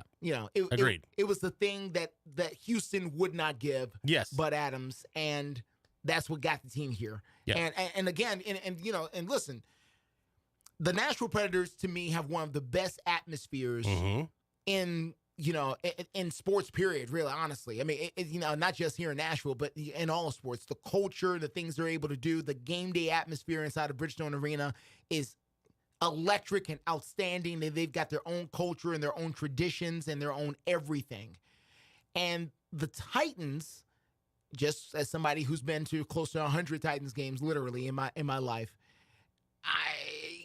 there's some things that are cool about it, but I will say this. Since the stadium has been announced that there's going to be a dome stadium rising in downtown, and we've been hosting a sports talk show this whole time, we have not had one single caller, not one. I've not seen one text message, not one. I've not seen a social media post. Not to say there doesn't exist one, because I'm sure somebody will write one now that I'm saying this. But I've not seen anybody express, doggone it, I'm going to miss Nissan Stadium when it's gone. No. I haven't seen anybody. Now, I'm sure we'll have warm memories at some point when we get closer to demolition, because it's going to be demolished. And I'm sure, people will bring up the Music City Miracle, and they'll bring up Derrick Henry's 99-yard run and a few other, magic moments that happened there within the stadium. But I have not heard anybody wax poetic about the end of Nissan Stadium at all. Most people was like, bring on the dome. It's very similar to Greer Stadium when the Sounds moved to the new ballpark. Even Greer had more, I guess so. Because Greer Stadium was the former home of the Nashville Sounds over there in South Nashville. In the 70s, it was hot for a very long time. It was a place, where people were going, and it was hot and happening. But I guess Adelphia Coliseum was as well. So to put it in that same perspective. Yeah. So that's all I'm saying. Yeah, for it to be a hot happening place is not the same thing as it being a great park and a great place to come watch sports and enjoy sports. And, I'm sure people have warm memories. I'm sure there were marriage proposals. I'm sure there were, great things that happened there at the stadium. I'm not suggesting that. I'm just saying that I have not felt the warm and fuzzy. And that's only sports. Yeah. You got concert moments. Plenty. I mean, there's plenty of crazies. The Rolling Stones have played there. Sure. Taylor Swift. We just went through all that. Yeah. Right there. Garth Brooks had that. Beyonce. He played like 2 songs before getting kicked Well, off because the weather. thing There's plenty of memories there, but it's not about the stadium. It's just that, the moment was cool. Yeah. Whereas other places you can be like, this Wrigley place feels Field, for special, example, is hallowed ground. You'd be like, that's a really cool, like, if they tore that down, it would be a mutiny. Right. Well, it was a mutiny when they tore down Yankee Stadium. Right. It was a mutiny when they tore down Tiger Stadium. There was a lot of people who didn't want to see Tiger Stadium going. I'm not a local. You were. You were there, Alec. I also wasn't alive. You weren't alive. Okay. I can Joe Lewis. Joe Lewis. Joe Lewis was great. Okay, so there, old Chicago Stadium. Yep. Is another great, basketball and hockey. Mm-hmm. What about when they tear down Soldier? Because they're moving. They're moving to the suburbs. They can't tear down Soldier. You don't think they're gonna tear it down? No, well, they can't. That's the problem. Yeah, it's historic, right? It's owned by the Park District. That's number one. It's not owned by the Bears or any. It's owned by the city of Chicago, and technically it's owned by the Park District. And it's historic, as he said, which is why they couldn't do all the renovations to it that they really wanted to do to make it a state-of-the-art stadium. To keep it around. To keep it around. Yeah. They went halfway with it because they couldn't do all the stuff. Just with seems it like that a they really waste wanted of to do. space. Big stadium doing nothing in downtown Chicago. They're gonna do, concerts, maybe. I don't know. Maybe. I mean, but there's a bunch of them around that they're still hanging out. There's this place in Birmingham called Legion Field. Oh, God. That has seen more historic, sporting events and concerts that you can shake a stick at, and it's still there, and it's still surprisingly. Standing. And, Pontiac Silverdome just got demolished like 4 years ago. Yeah. Well, the Astrodome is still up, and a few other places. That really? The Astrodome, yeah, still there. Crazy. Astrodome's still there. My point is that it's more about the moment than it is the actual building. Yeah. In this case. In this case. But there are other places that are more hallowed ground because of the building. Yes. And yes, the moments count. But the building is special. historic. The way it swayed or the way it made you feel. Or Boston Garden with the unique spots in the floor or the locker rooms or the special colors or whatever it is, or the smell or whatever it is. There was atmosphere there. And again, if you want to call and wax poetic about Nissan Stadium, feel free. I'm anxious to hear from you. 615-844-5600. 615-844-5600. Let's take a break. We'll be back. It's the Mcfarland Show on Nashville Sports Radio. Located at 5410 Murfreesboro Road in the heart of Laverne, City Slickers is one-stop shopping for all your liquor, beer, and wine needs and has been a multiple winner annually in the Best of Rutherford County voting for Best Liquor Store and Top Wine Shop. Featuring the lowest prices, the best customer service with unsurpassed knowledge, City Slickers offers the largest craft beer selection in Rutherford and southeastern Davidson counties and has beer on tap at its Growler filling station. City Slickers also sells mixers, sodas, snacks, tobacco products, and the Tennessee Lottery, and can place special orders and assist with all your events and even wedding planning. Make sure you follow City Slickers on all their social media or just give them a call at 615-280-7469. That's 615-280-7469. Located in the heart of Laverne, City Slickers.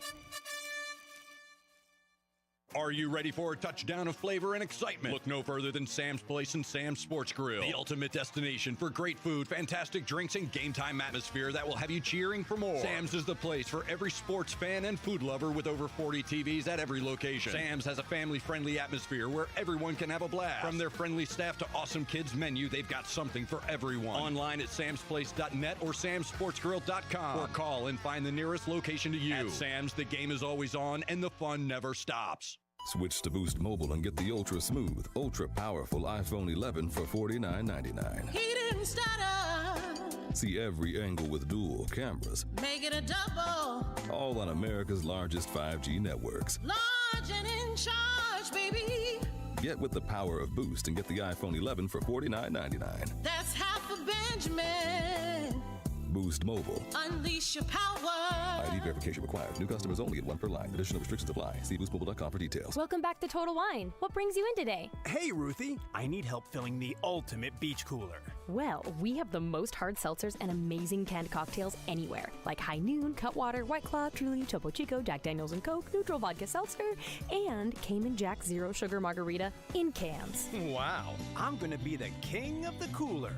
And we have them at the lowest prices in town. With the lowest prices for over 30 years, you'll always find what you love and love what you find. Only at Total Wine & More. Drink responsibly, be 21.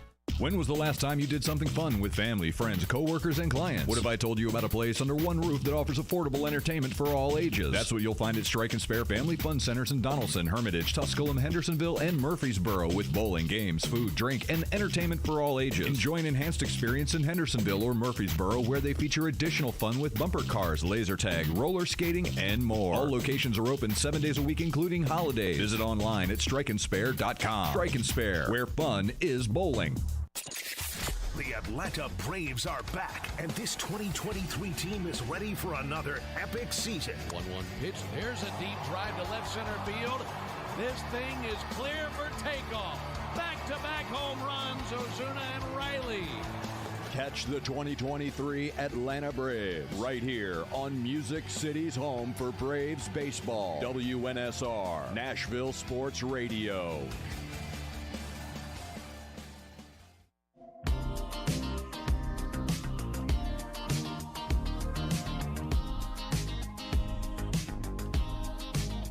Text the Strike and Spare studio now at 615-844-5600. You're listening to The Mcfarland Show with Darren McFarland and Fox 17's Justin McFarland. Sports Radio 560 WNSR. We are Nashville Sports Radio. Good afternoon. I'm Justin McFarland. 3:45 is the time. Jeremy K. Gover is here with us. He is here from the Associated Press Radio. He's also done a number of work covering the Nashville Predators for close to 14 years. Intern Alec is also here with us as well. He is a Michigander to the highest order. He is also a huge fan of his beloved Michigan State Spartans. And this is also one of his last weeks with us here. He'll be leaving us here at the end of next week, right? Yes, next Friday. All right, next Friday. Yep. Boy, all right then. Have to go back to school. I know, man. Listen, you got to go do what you got to do, man. I'm not mad at you. I got you. So he's been here with us all summer, and it's been a thrill to kind of get some Michigan insight from this young man about sports and things that have been happening here. Speaking of which, a couple of things to note.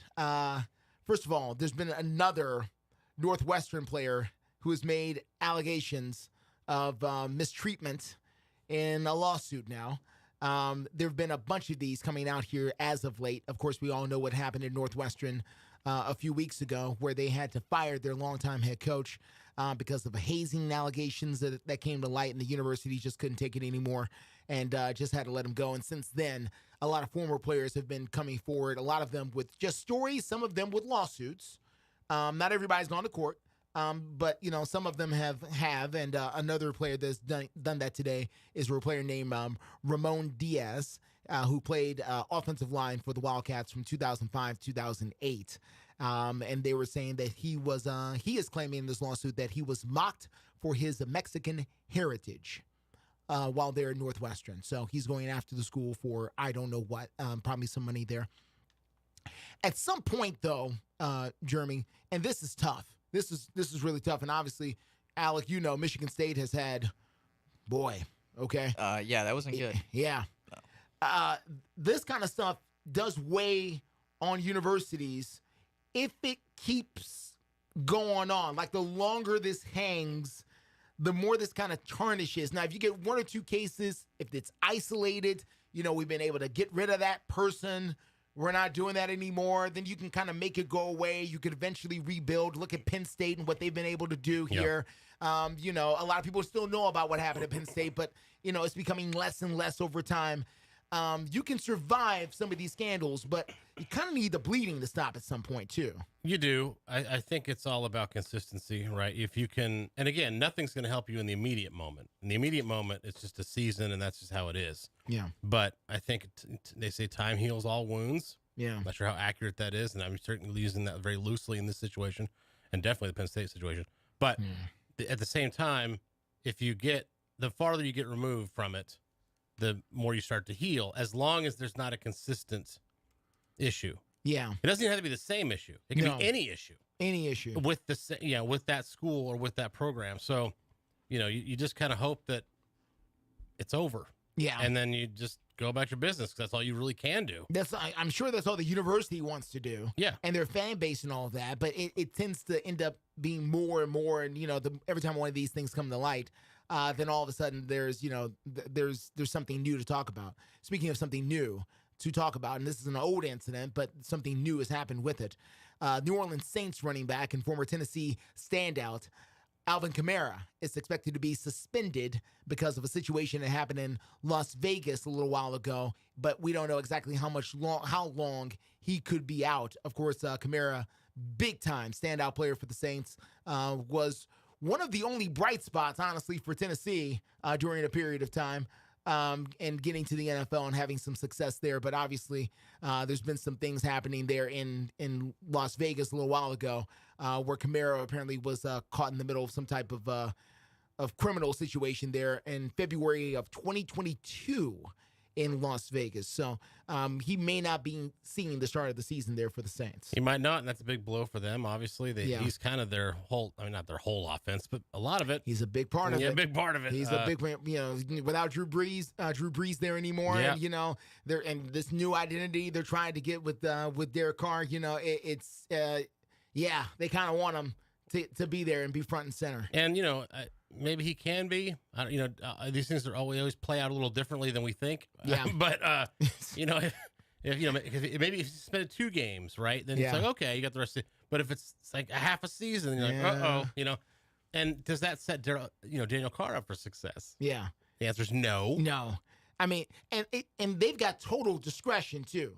Roger Goodell can decide, you can appeal, but for the most part, it's whatever the commissioner decides. Oh, yeah. That's what you're doing here, right, as far as missing games is concerned. All right, we're going to take one last break, and then we'll come back and finish up this episode of The Mcfarland Show. This is Sports Radio 560 WNSR, or Nashville Sports Radio. Attention high school sports fans, are you an armchair official? The parent or fan who constantly yells at the referees and loves to let everyone know just how bad you think they are. Well, if you think you could do better, then get in the game and prove it. It's time for you to suit up and make the calls where they actually count. Every sport in Tennessee needs more officials. Sign up today at highschoolofficials.com. Bob's Steak and Chop House, located in the Omni Nashville Hotel, is a nationally renowned steakhouse specializing in the finest corn-fed Midwestern prime beef. The menu formula is simple: incredible meat, gigantic shrimp, fabulous salads, and decadent desserts. Start your experience at Bob's with the fried calamari or fresh scallops seared in Texas burnt honey. All the beef at Bob's Steak and Chop House are USDA prime cuts, from the traditional filet of tenderloin and ribeye to the adventurous Kansas City bone-in strip. They even have 2 different surf and turf options. And if you're looking for the other white meat, Bob's Steak and Chop House serves a dry-aged pork tomahawk with homemade applesauce. Fresh seafood is on the menu, from salmon to scampi, and even fresh lobster tail. For reservations, give them a call or log on to the Omni Nashville Hotel website. Bob's Steak and Chop House at the Omni Nashville Hotel. This is a special alert to all Americans who own a vehicle with less than 200,000 miles with an auto warranty about to expire or with no warranty coverage at all. Due to a decline in the economy, CarShield is announcing a low-cost month-to-month vehicle protection plan that is now available to the public to save any driver out-of-pocket expenses on future auto repairs. Call now to find out how you can pay almost nothing for covered auto repairs. Yes, you heard that correctly. Pay almost nothing for covered auto repairs. An open phone line has been established for all drivers to call for a free quick quote. Call 800-898-6155 now. Drivers who are covered will not have to pay for covered repairs again. This protection plan is at an all-time low. Additionally, drivers who activate this vehicle protection today will also receive free roadside assistance, free towing, and car rental options at no additional cost. Call us for your free quick quote today. 800-898-6155. That's 800-898-6155. What do you have to lose? Call 800-898-6155. Again, 800-898-6155. With 13 locations nationally, including Smyrna, Star Leasing Company is a semi-trailer one-stop shop and the perfect place to build a career as a semi-trailer mechanic. Seeking candidates with all levels of experience, Star Leasing Company has a semi-trailer technician trainee program with sign-on and quarterly bonuses and other opportunities such as $1,000 for having a yearly physical. Package also includes 401k with company match, health, dental, and vision insurance, competitive pay with weekly paychecks, and paid holidays and time off. Star Leasing Company, not your typical semi-trailer leasing company. It's starleasing.com to learn more. This is the Greg Vogue and John Burton Show. DeAndre Hopkins needed a team, and the Tennessee Titans desperately needed another quality wide receiver. I think this sends a message to the fan base, at least, saying, listen, all this talk about us rebuilding, retooling, no, that's baloney. We're out here to try to compete. You know, this helps their offense significantly. It's going to help them be a lot more competitive and maybe win a game or two more. Greg Vogue and News Channel 5's John Burton, WNSR, Nashville Sports Radio. Titans fans, Preds fans, we have you covered. The Mcfarland Show. Sports Radio 560 WNSR. We are Nashville Sports Radio. Congratulations to Jimmy Johnson, just elected to the NASCAR Hall of Fame class of 2024. Scrolling across the bottom of the major sports networks right now. So congratulations to Jimmy Johnson, multi-time champion for NASCAR, getting elected there to the Hall of Fame for NASCAR over there in Charlotte, North Carolina. So very cool thing to see there. Later this year, and we've told you earlier in the program that the NFL is going to get going tomorrow night over in Canton, Ohio. It's going to be the Jets taking on the Cleveland Browns in the very first preseason game of the season. The NFL has also issued a unique picture that I'm looking at here on social media. They've got 11 helmets here, and some of these are throwback helmets, and some of these are alternate uniforms, is what I'm being told. Now, I know you can't see them because this is radio, and I understand that, even though you can't watch us on the social media accounts out there. Yeah, Jeremy's waving, so am I. We're here.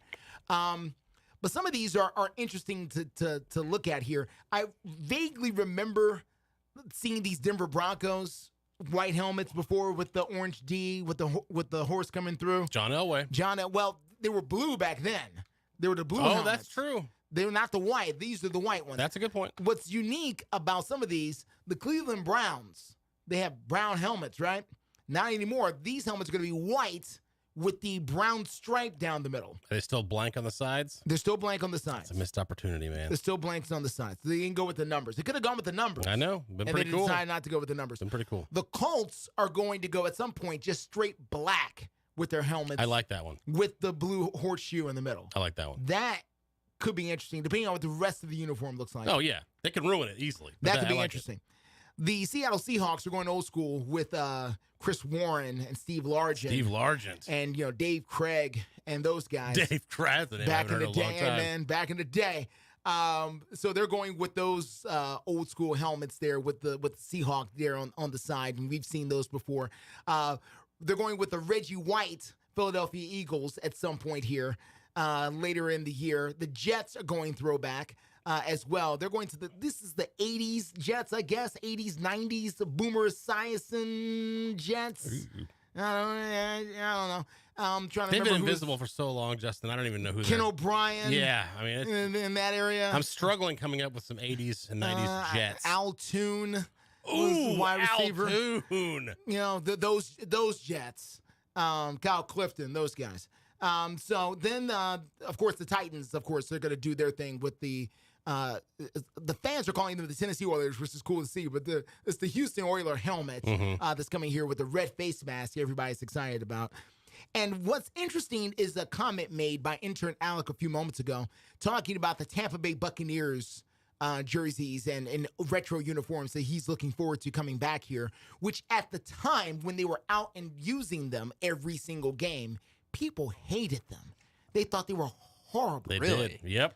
I think they're so much better than what they have now. People could not stand And you know what the best part about those unis are? Yeah. They are the first game they wear them, October 15th, against the Detroit Lions in Tampa, and I will be in that game. At that game. I already have tickets. Very cool. So I get to go see the creamsicles. See the creamsicles. I'm very excited for that. People Well, first of all, they lost a lot when they got started with these uniforms, and they weren't very good for a long time. They got good a little bit there, then they tapered off, and these uniforms have been seen. These orange creamsicle uniforms are known more for chasing people on highlights than scoring touchdowns. So they got a bad rap really fast. And so the Bucks of 202, who won the Super Bowl, they were not these Bucks. They didn't look like they were the pewter and red Bucks. I'm very interested to see what their record's going to be like in those. Yeah, in these. Yeah, that's going to be interesting. Because if they go 0-2, it's going to be. We won't see them again. I know. We won't see them again. They'll be banished to history. Listen, the orange helmets for the Vols. You think we're going to see those again? Nope. Those are banished. Okay, we will never see those orange helmets for the Vols ever again. All it takes is one blowout, and you're never going to see Steve Young again. Tampa Bay Buccaneers jerseys anymore. The Lions also have an all blue blues helmet. I like that one. With sort of a crescent. They're wearing them on with the their side. gray unis. No, like I said, I don't like that. Teams can ruin it easily, but I like that one at least. All right. Thank you, everyone. Thank you, Jeremy. Thank you, Alec. And thank you, the listener, for joining us here on the Mcfarland Show. We'll be back tomorrow afternoon, starting at 2 o'clock. And, of course, we'll see you then. A reminder, Braves baseball coming up on Fridays. They take on the Cubs.